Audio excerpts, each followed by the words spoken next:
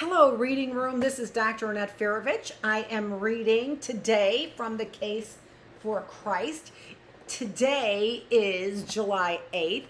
It is classroom number 371. And I'm trying to also learn a little bit in between about what's going on with my body. I think I'm depleting too many vitamins and minerals from too many consecutive Rife treatments that go all night long. I'm doing the overnight treatments. And I have said, keep up your vitamins and your minerals. It makes me feel a lot better. However, at nighttime, I've really been feeling horrible. And having some, I wouldn't call them nightmares, but disturbing dreams. So I'm trying to set that up a little bit and get my electrolytes up and my minerals and vitamins, etc., etc. But right now we are reading from the book A Case for Christ by Lee Strobel. We are on chapter 14, the circumstantial evidence. Are there any supporting facts that point to the resurrection? No witnesses watched Timothy McVeigh load 2 tons of fertilizer-based explosives into a Ryder rental truck. Nobody saw him drive the vehicle to the front of the federal building in Oklahoma City and detonate the bomb, killing 168 people. No video camera captured an image of him fleeing the scene. Yet a jury was able to conclude, a jury did conclude, whether or not they were able to, beyond a reasonable doubt, that McVeigh was guilty of the worst act of domestic terrorism in U.S. history to that point. Domestic, yeah. Why? Because fact by fact, exhibit by exhibit, witness by witness, prosecutors used circumstantial evidence to build an airtight case against him. I wouldn't say, if you didn't have any of those things, I don't know. It just is, again,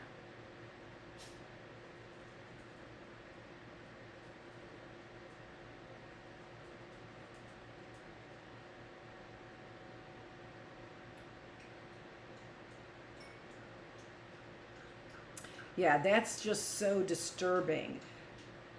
Motel, taxi receipts, so he was around the area. It's just really disturbing.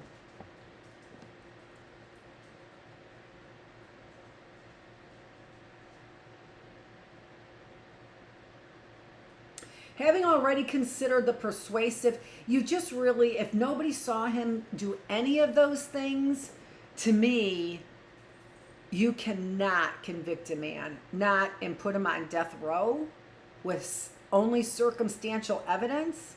That's an atrocity. I'm not,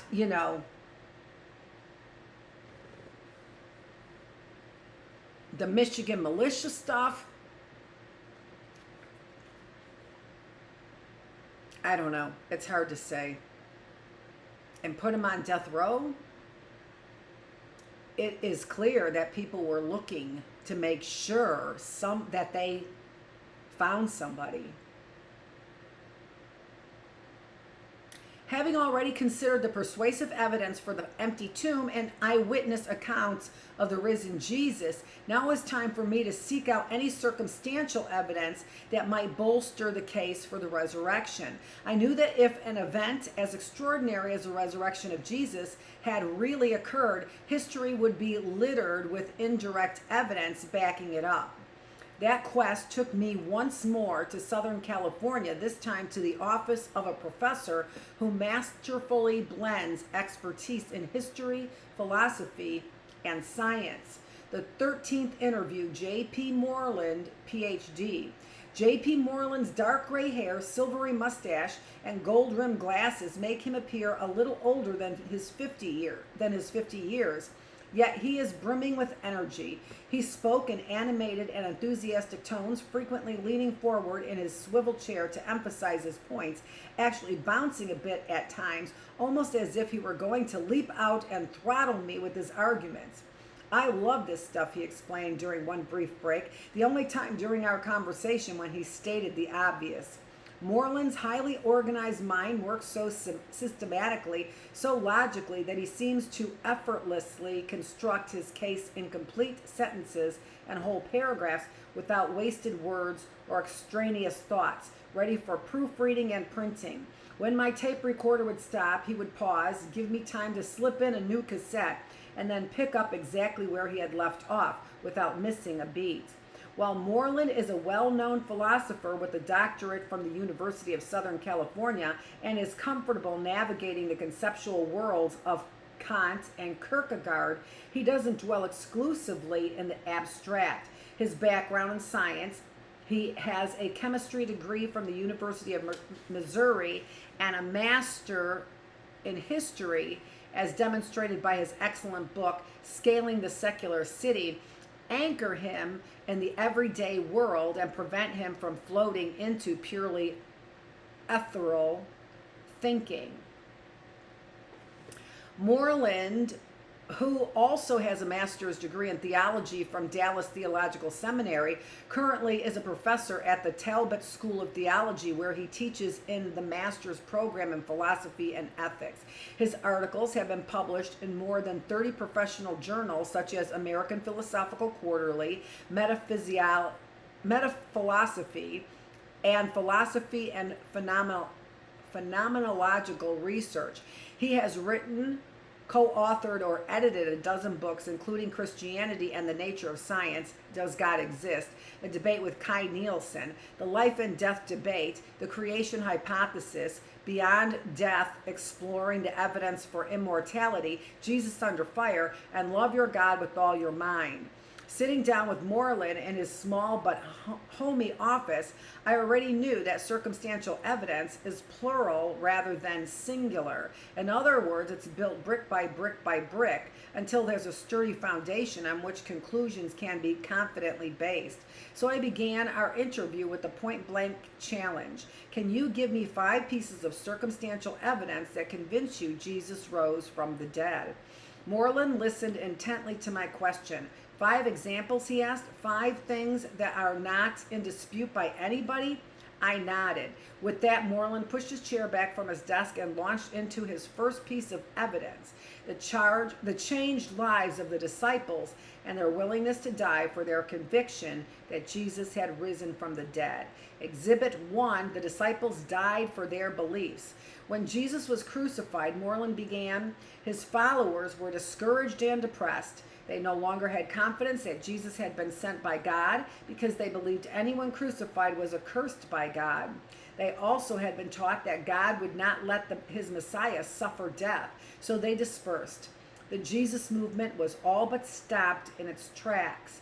Then, after a short period of time, we see them abandoning their occupations, regathering, and committing themselves to spreading a very specific message: that Jesus Christ was the Messiah of God, who died on the cross, returned to life, and was seen alive by them.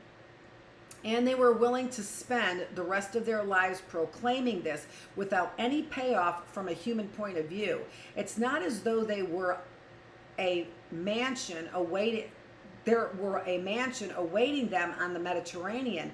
They faced a life of hardship. They often went without food, slept exposed to the elements, were ridiculed, beaten, imprisoned, and finally most of them were executed in torturous ways. For what? For good intentions? No, because they were convinced beyond a shadow of a doubt that they had seen Jesus Christ alive from the dead. What you can't explain is how this particular group of men came up with this particular belief without having had an experience of the resurrected Christ.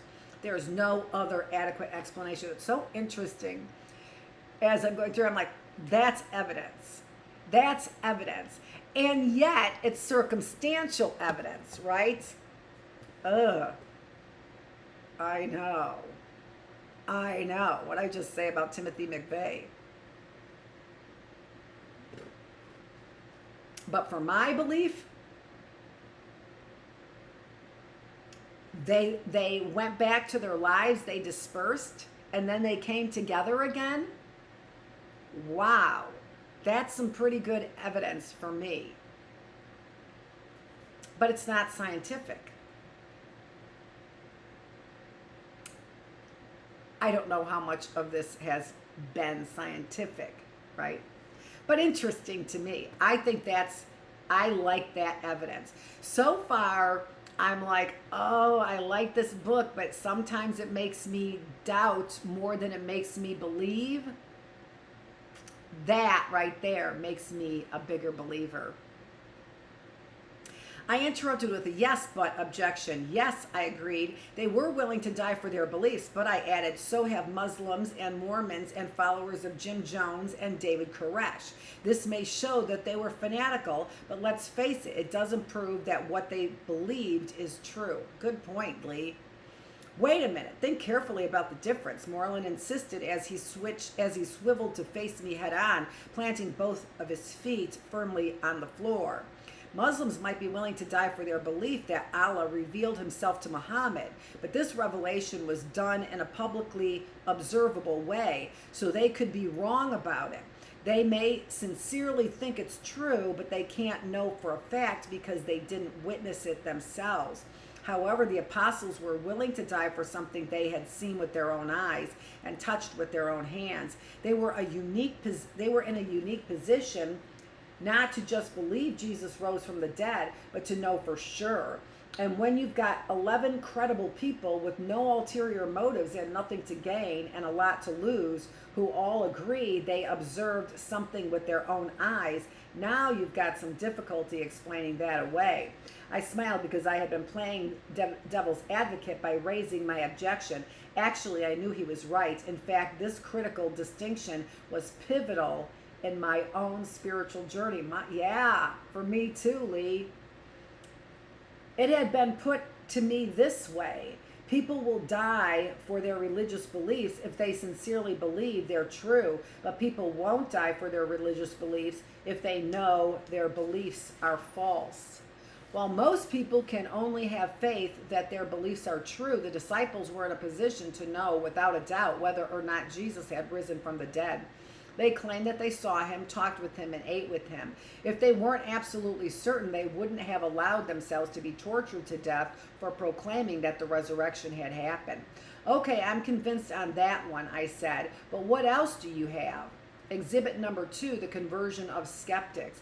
Another piece of circumstantial evidence, Moreland went on, is that there were hardened skeptics who didn't believe in Jesus before his crucifixion and were to some degree dead set against Christianity, who turned around and adopted the Christian faith after Jesus' death.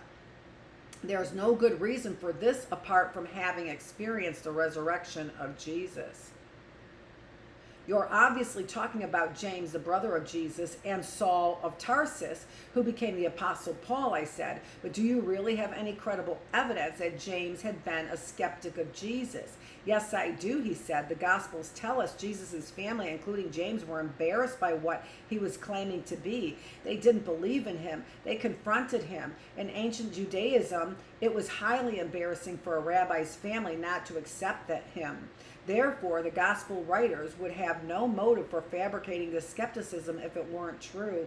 Later, the historian Josephus tells us that James, the brother of Jesus, who was the leader of the Jerusalem church, was stoned to death because of his belief in his brother. Why did James' life change? Paul tells us the resurrected Jesus appeared to him. There's no other explanation.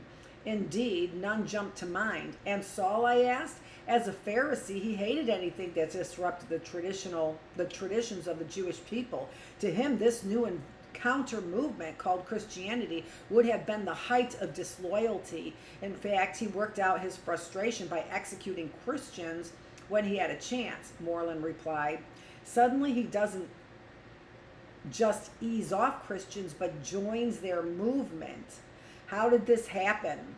Well, everyone agrees Paul wrote Galatians, and he tells us himself in that letter what caused him to create a 180-degree turn and become the chief proponent of the Christian faith. By his own pen, he says he saw the risen Christ and heard Christ appoint him to be one of his followers.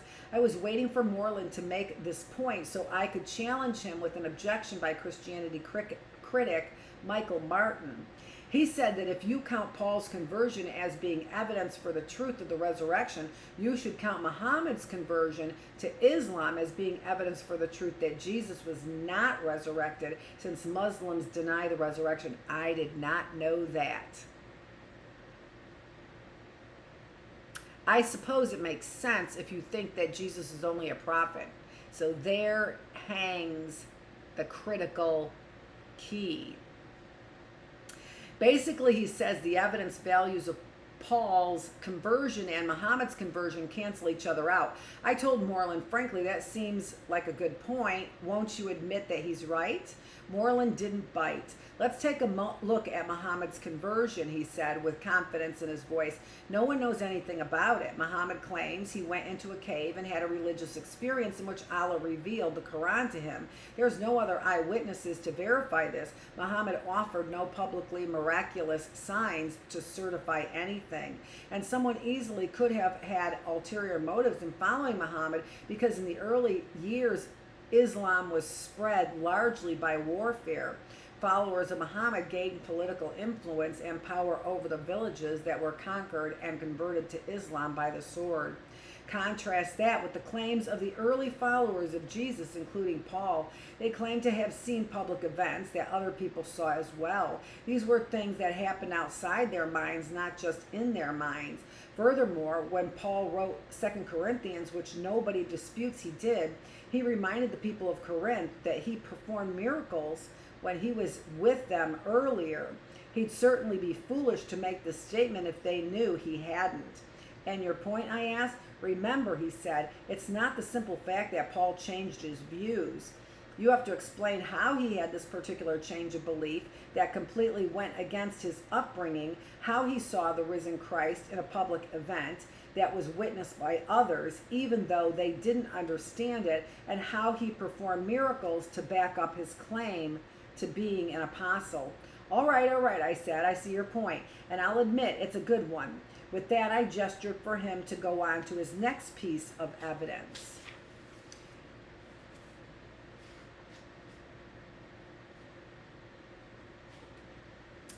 Exhibit 3, changes to key social structures. In order to explain his next category of circumstantial proof, Moreland had to provide some important background information about Jewish culture.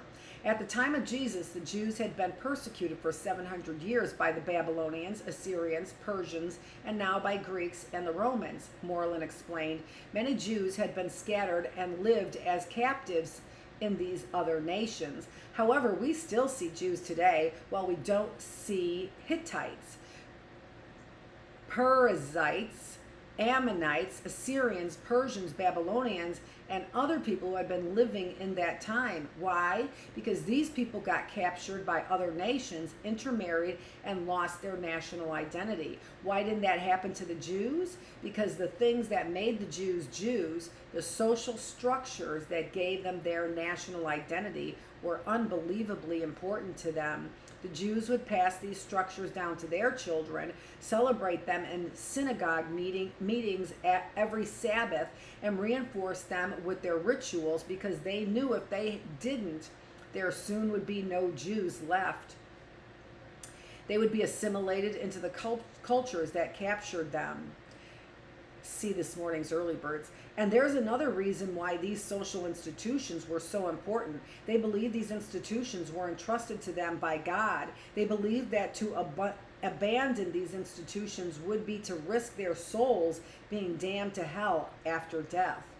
Now, a rabbi named Jesus appears from a lower class region. He teaches for 3 years, gathers a following of lower and middle class people, gets in trouble with the authorities, and gets crucified along with 30,000 other Jewish men who are executed during this time period. I know that. That's a pretty amazing stat.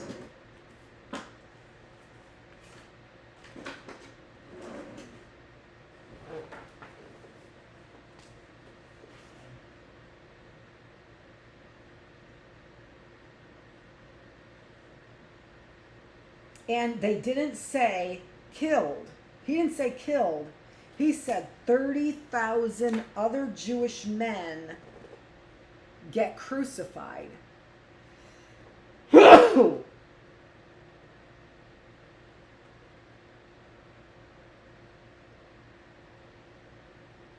Good God.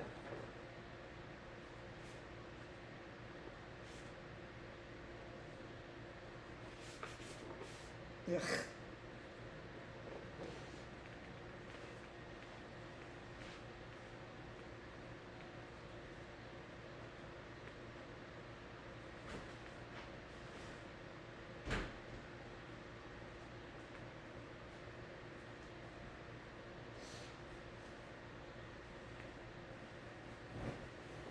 There was a dead spider on the last page. Crushed, and dry, but blah. But 5 weeks after he's crucified, over 10,000 Jews were following him and claiming that he is the initiator of a new religion. And get this, they're willing to give up or alter all 5 of the social institutions that they have been taught since childhood have such importance both sociologically and theologically. So the implication is that something big was going on, I said. Moreland exclaimed. Something very big was going on, revolutionizing Jewish life. I invited Moreland to go through these 5 social structures and explain how the followers of Jesus had changed or abandoned them. First, he said they had been taught ever since the time of Abraham and Moses that they needed to offer an animal sacrifice on a yearly basis to atone for their sins. God would transfer their sins to that animal, and their sins would be forgiven so they could be in right standing with him. But all of a sudden, after the death of the Nazarene carpenter, these Jewish people were no longer offering sacrifices. These Jewish people no longer offer sacrifices. That's amazing.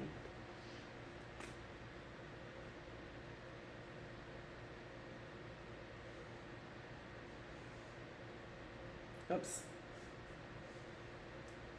Okay, this circumstantial evidence is compelling, isn't it? Second, Jews emphasized obeying the laws that God had entrusted to them through Moses. In their view, this is what separated them from pagan nations. Yet within a short time after Jesus' death, Jews were beginning to say that you don't become an upstanding member of their community merely by keeping Moses' laws.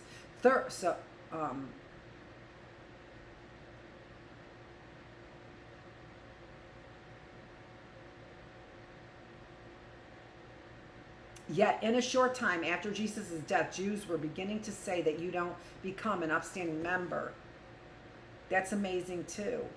Third, Jews scrupulously kept the Sabbath by not doing anything except religious devotion every Saturday. This is how they would earn right standing with God, guarantee the salvation of their family, and be in right standing with the nation. However, after the death of this Nazarene carpenter, this 1,500-year tradition is abruptly changed. These Christians worship on Sunday. Why? Because that's when Jesus rose from the dead. I didn't know that either. I mean, I get it that they're Christians now only worship on Sunday, but I did not put that together. I thought that they were changing Sabbath, and that was questionable to me.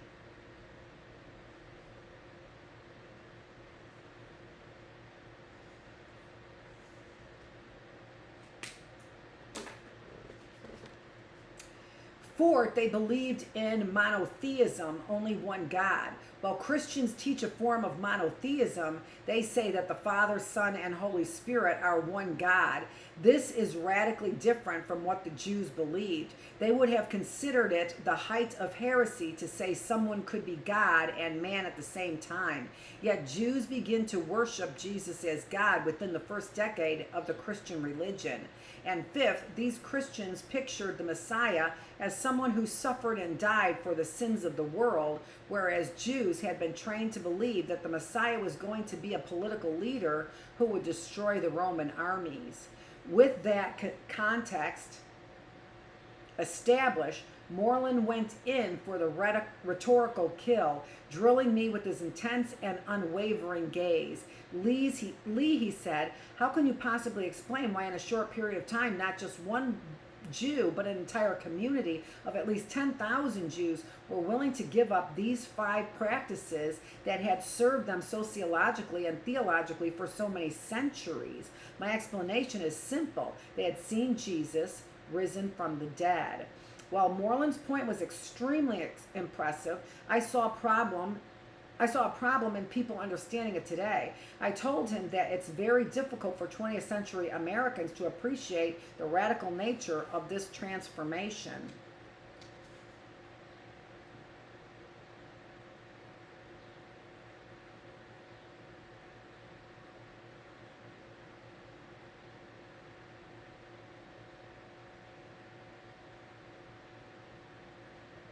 That's pretty amazing.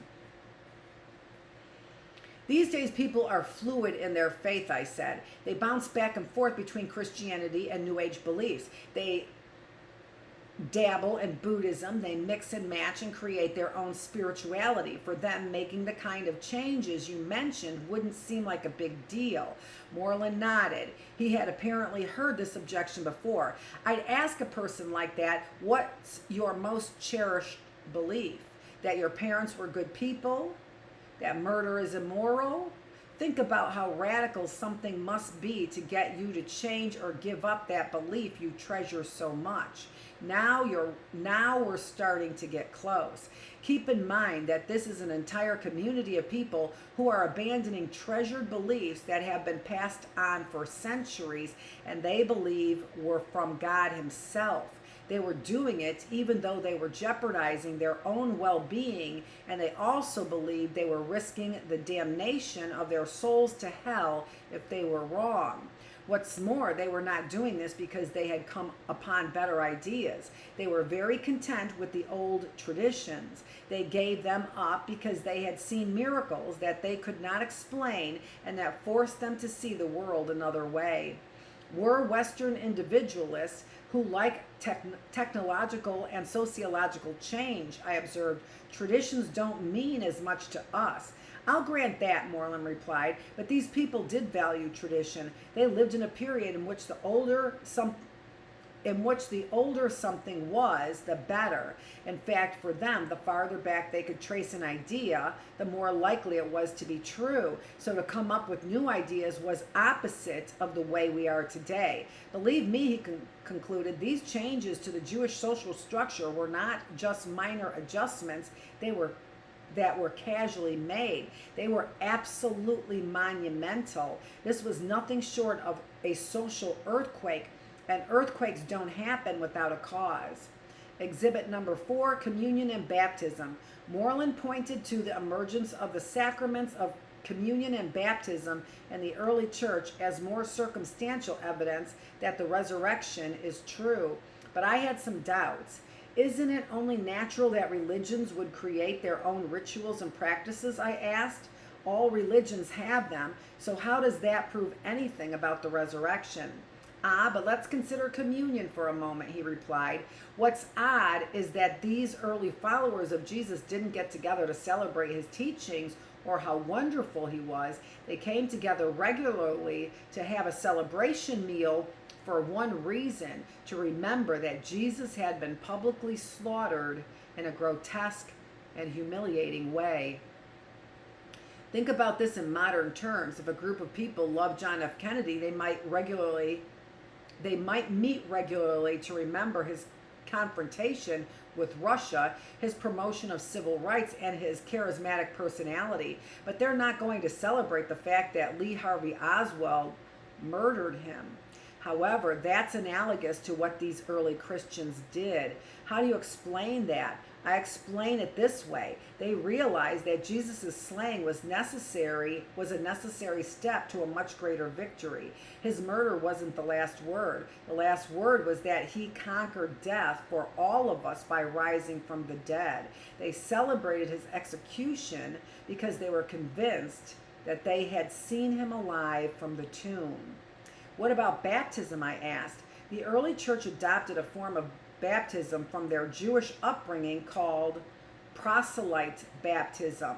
When Gentiles wanted to take upon themselves the law of Moses, the Jews would baptize those Gentiles in the authority of the God of Israel. But in the New Testament, people were baptized in the name of God the Father, God the Son, and God the Holy Spirit, which meant they had elevated Jesus to the full status of God. Not only that, but baptism was a celebration of the death of Jesus, just as communion was. By going underwater, you're celebrating his death, and by being brought out of water, you're celebrating the fact that Jesus was raised to newness of life. I interrupted by saying, you're assuming that these sacraments weren't merely adapted from the so-called mystery religions. And for good reasons, Moreland replied. First, there's no hard evidence that any mystery religion believed in God's dying and rising until the New Testament period. So if there was any borrowing, they borrowed from Christianity. Second, the practice of baptism came from Jewish customs, and the Jews were very much against allowing Gentile Greek ideas to affect their worship. And third, these two sacraments can be dated back to the very earliest Christian community, too early for the influence of any other religion to creep into their understanding of what Jesus' death meant. Exhibit 5, the emergence of the church. Moreland prefaced this final point by saying, when a major cultural shift takes place, historians always look for events that can explain it. Yes, that makes sense, I said. Okay, then, let's think about the start of a Christian church. There's no question it began shortly after the death of Jesus and spread so rapidly that within a period of maybe 20 years, it had even reached Caesar's palace in Rome. Not only that, but this movement triumphed over a number of competing ideologies and eventually overwhelmed the entire Roman Empire. Now, if you were a Martian looking down on the first century, would you think Christianity or the Roman Empire would survive? You probably wouldn't put money on a ragtag group of people whose primary message was that a crucified carpenter was an obscure village, village had triumphed over the grave. Yet it was so successful that today we name our children Peter and Paul and our dogs Caesar and Nero. I like the way CFD Mowell, the Cambridge New Testament scholar, put it. If the coming into existence of the Nazarene, a phenomenon undeniably attested by the New Testament, rips a great hole in history, a hole the size and shape of resurrection, what does a secular historian propose to stop it up with? Well, this wasn't Moreland's strongest point, since other religious movements have popped up and spread too. Circumstantial evidence doesn't rely solely on the strength of one fact. Rather, it's the cumulative weight of several facts that together tip the scales toward a conclusion. And to Moreland, the conclusion is clear. Look, he said, if someone wants to consider this circumstantial evidence and reach the verdict that Jesus did not rise from the dead, fair enough. But they've got to offer an alternative explanation that is plausible for all 5 of these facts. Remember, there's no doubt these facts are true. What's in question is how to explain them, and I've never seen a better explanation than the resurrection. I mentally played back the tape of the circumstantial evidence, the willingness of the disciples to die for what they experienced, the revolutionized lives of skeptics like James and Saul, the radical changes in social structures cherished by Jews for centuries, the sudden appearance of communion and baptism, and the amazing emergence and growth of the church. Given all 5 uncontested facts, I had to agree with Moreland that the resurrection, and only the resurrection, makes sense of them all. No other explanation comes close, and that's just the indirect evidence. When I added to the potent proof for the empty tomb of Jesus and the convincing testimony about his post-resurrection appearances, the case seemed conclusive. That was also the assessment of Sir Lionel Luckhoo, the brilliant and savvy attorney whose astounding 245 consecutive murder acquittals earned him a place in the Guinness Book of World Records as the world's most successful lawyer. Knighted twice by Queen Elizabeth, this former justice and diplomat subjected the historical facts about the resurrection to his own rigorous analysis for several years before, declaring, "I say unequivocally that the evidence for the resurrection of Jesus is so overwhelming that it compels acceptance by proof, which leaves absolutely no room for doubt. But wait, there is more." Taking the final step. Our interview over, Moreland and I bantering about football as I unplugged my tape recorder and began packing away my notes.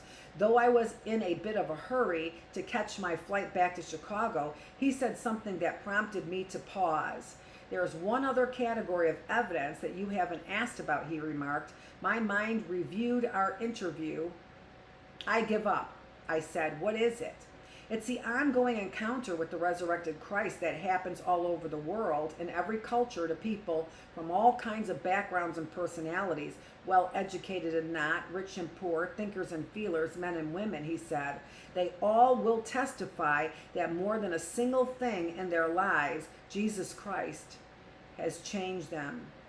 Moreland leaned forward for emphasis. "To me, this provides the final evidence, not the only evidence, but the final confirming proof that the message of Jesus can open the door to a direct encounter with the risen Christ." "I assume you've had an encounter like that," I said. "Tell me about it." "In 1968, I was a cynical chemistry major at the University of Missouri when I was confronted with the fact that I examined the claims of Jesus Christ critically, but with an open mind. There was more than enough evidence for me to believe it. So I took a step of faith in the same direction the evidence was pointing by receiving Jesus as my forgiver and leader, and I began to relate to him, to the resurrected Christ, in a very real and ongoing way. In 3 decades, I've had hundreds of specific answers to prayers. I've had things happen that simply cannot be explained by natural explanations, and I have experienced a changed life beyond anything I could have imagined. But I protested people experience life changes in other religions whose tenets contradict Christianity. Isn't it dangerous to base a decision on subjective experiences, I asked. "Let me make 2 things clear," he said. "First, I'm not saying just trust your experience. I'm saying use your mind calmly and weigh the evidence, and then let experience be a confirming piece of evidence. Second, if what this evidence points to is true, that is, if all these lines of evidence really do point to the resurrection of Jesus, the evidence itself begs for an experiential test."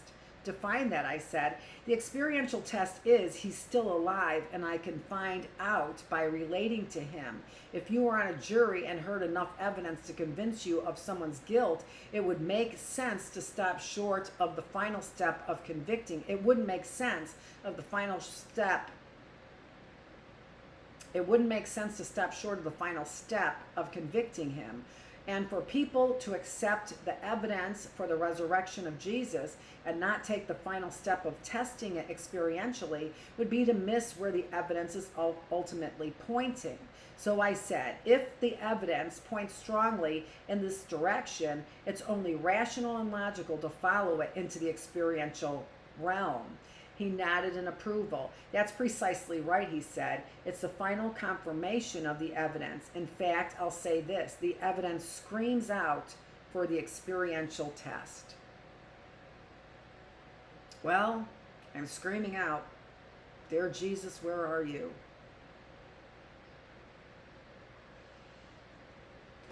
We are praying through Jesus Christ,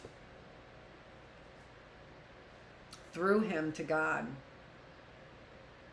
because of his works,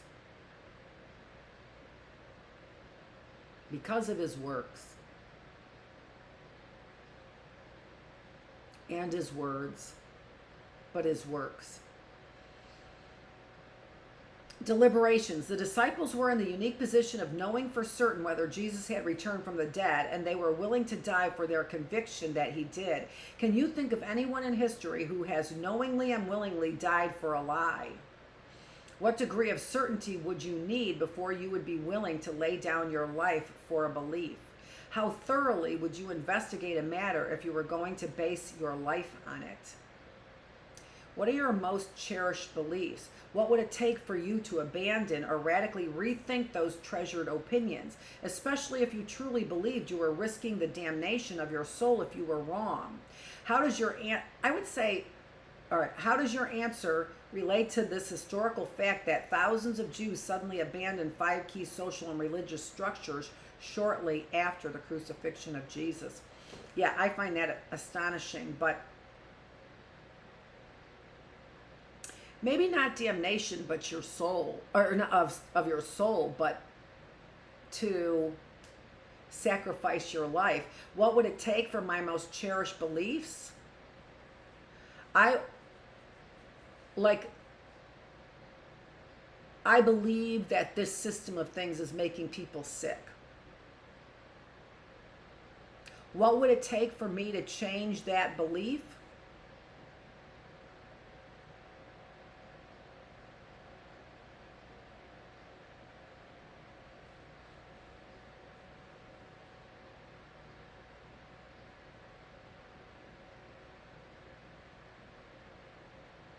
People wouldn't be incarcerated.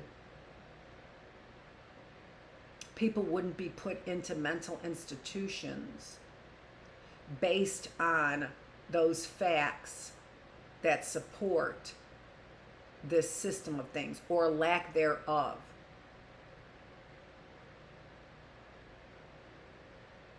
But I've seen it and I've experienced it.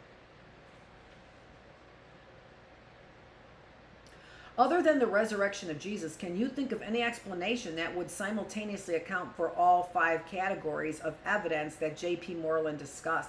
How do you think someone like him would respond to your hypothesis? Yeah, I can't. Those are amazing to me. And I don't think I've said that about any of the chapters. Moreland ended his interview by talking about the experiential test. What would have to happen before you would be willing to take that step yourself? The experiential test of his was a test of prayer and his prayers being answered.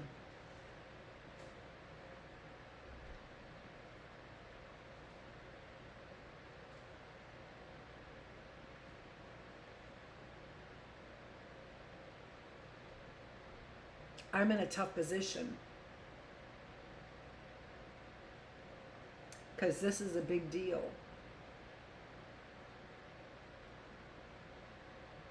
So what would it take? My prayers being answered. I don't understand. Yeah, never mind. Yeah. My family back together. I believe all this, but it feels like something is amiss in my belief system,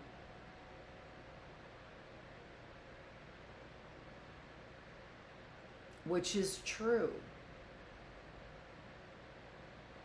I was reading that Transformation Prayer, chapter 20, so that book I was talking to you about, and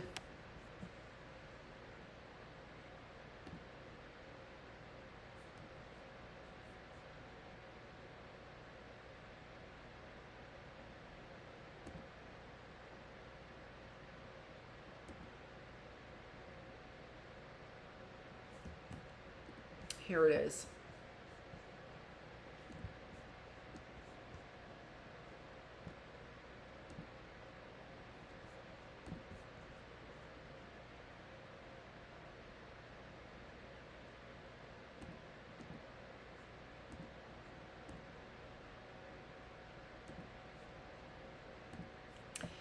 So here is some of what I'm reading, and this is page 47, but I was reading from chapter 20.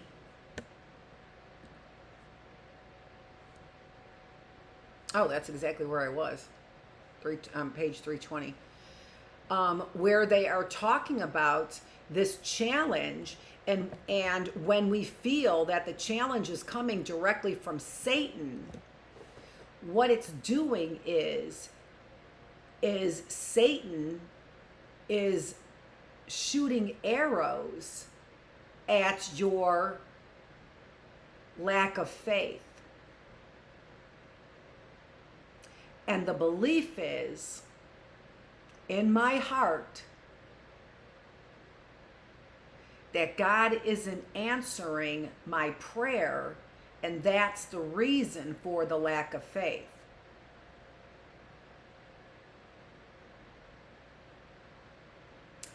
And I would bet, but what he's supposed to be doing is refining us.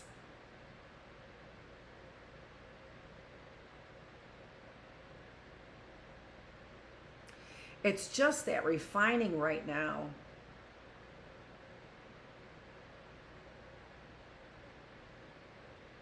You know, I've always believed that my faith is planted in deep soil.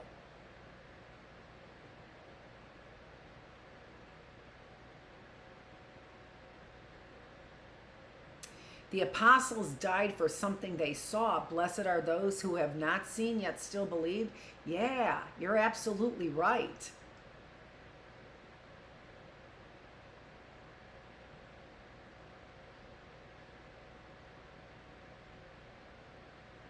And that is something that could really, I mean, what would I need to see? A change of heart in those people who are attacking me.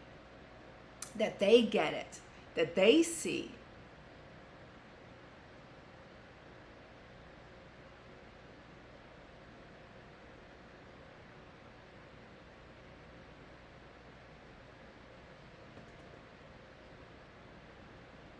I mean, that's what it takes. My faith, I don't think is described by any of those other situations on rocky soil, on like pavement. But there are weeds that get in. So that's number 3. It could be there. I mean, again, I've said it. How long is a season supposed to be?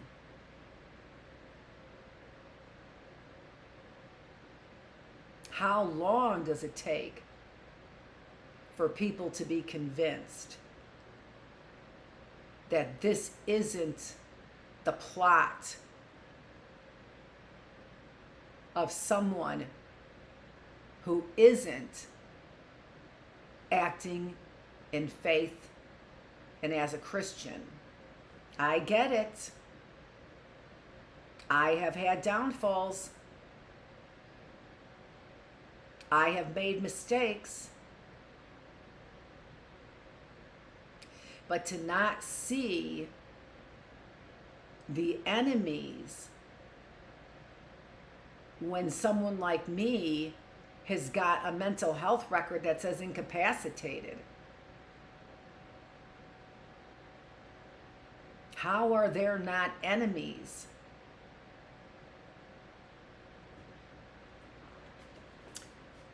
So those were good questions. That was a good chapter. For further evidence, Michael Green, Christ is Risen, So What? From Sovereign World, 1995. Josh McDowell, The Resurrection Factor. San Bernardino, California. Here's Life. So it sounds like pages 105 to 120, so a portion of that book. J.P. Moreland, Scaling the Secular City, Grand Rapids Baker Publishing, and C.F.D. Mule, The Phenomenon of the New Testament, 1967. So, I think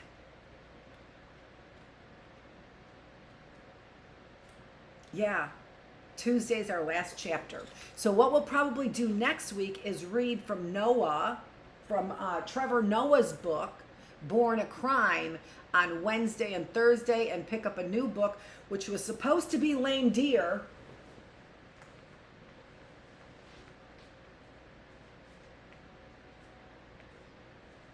I bought it, but I had a PDF of it. I got through most of the PDF, and then I got to that chapter on looking at the sun, they dance.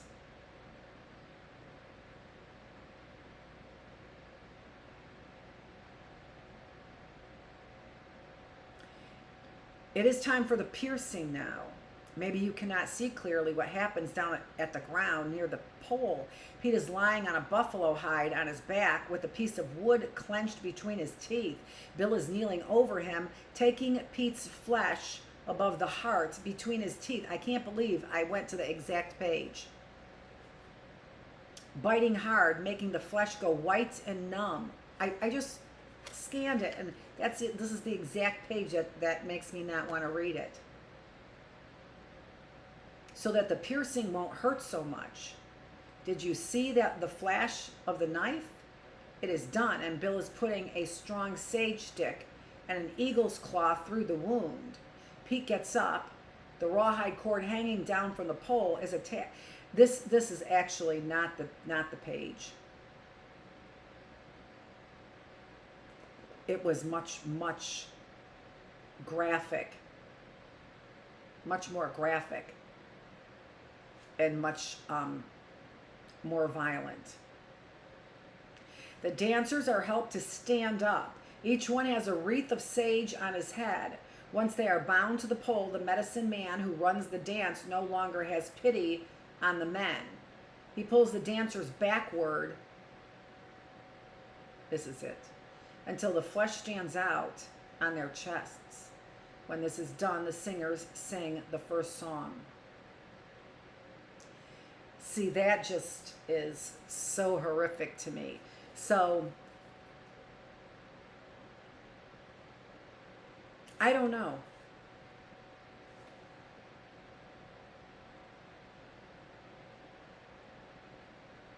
Certainly,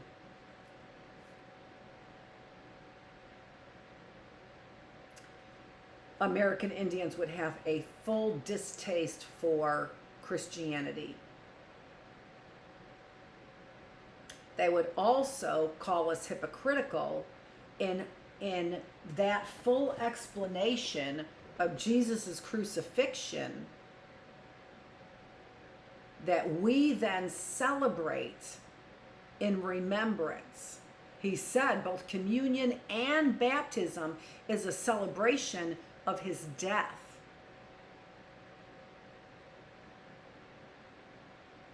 And the chapter that talked about the crucifixion was not nearly as horrific as this event, that I'm almost choosing not to read this book. And now that I put it in that perspective, I'm not really sure what I'm going to end up doing. So, we'll see, but we'll finish this book, The Case for Christ, on Tuesday, and then read Trevor Noah on Wednesday and Thursday, and then I'll decide. Because I do have in the in our what's coming up, I do have it right there, Lame Deer. I did buy the book because that was my plan.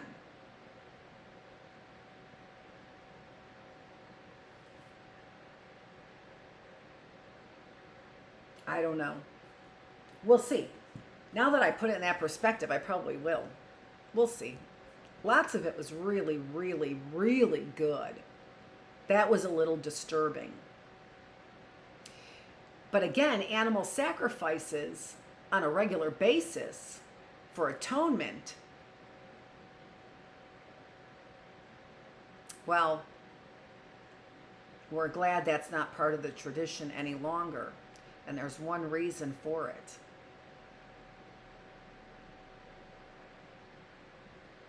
Thanks so much for joining me here. It is day 371. It is July 8th. I'm the teacher in the classroom, Miss Annette, Dr. Annette Feravich, and I appreciate you being here to try and keep our minds, our bodies, and our spirits healthier. And again, please say some prayers for me, because I'm really feeling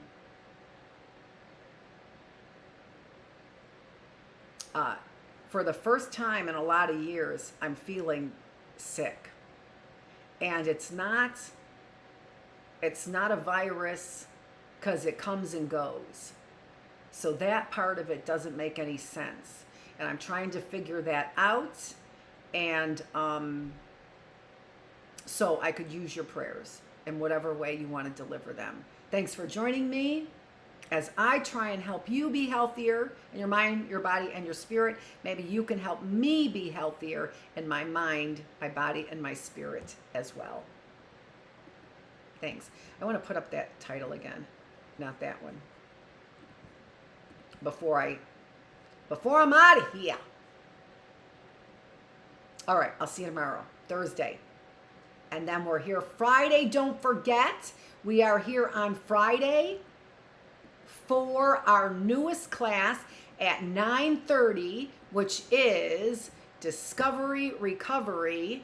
And I've already started working on what I'm going to talk about. There's a lot of familiar stuff for me in this class, so it's easy for me to put it together. But as you know, I'm always about learning. As a teacher, we never stop learning. So I hope you join me for our newest class on Fridays, 9:30 in the morning. Thanks again for joining me here in the classroom with the teacher.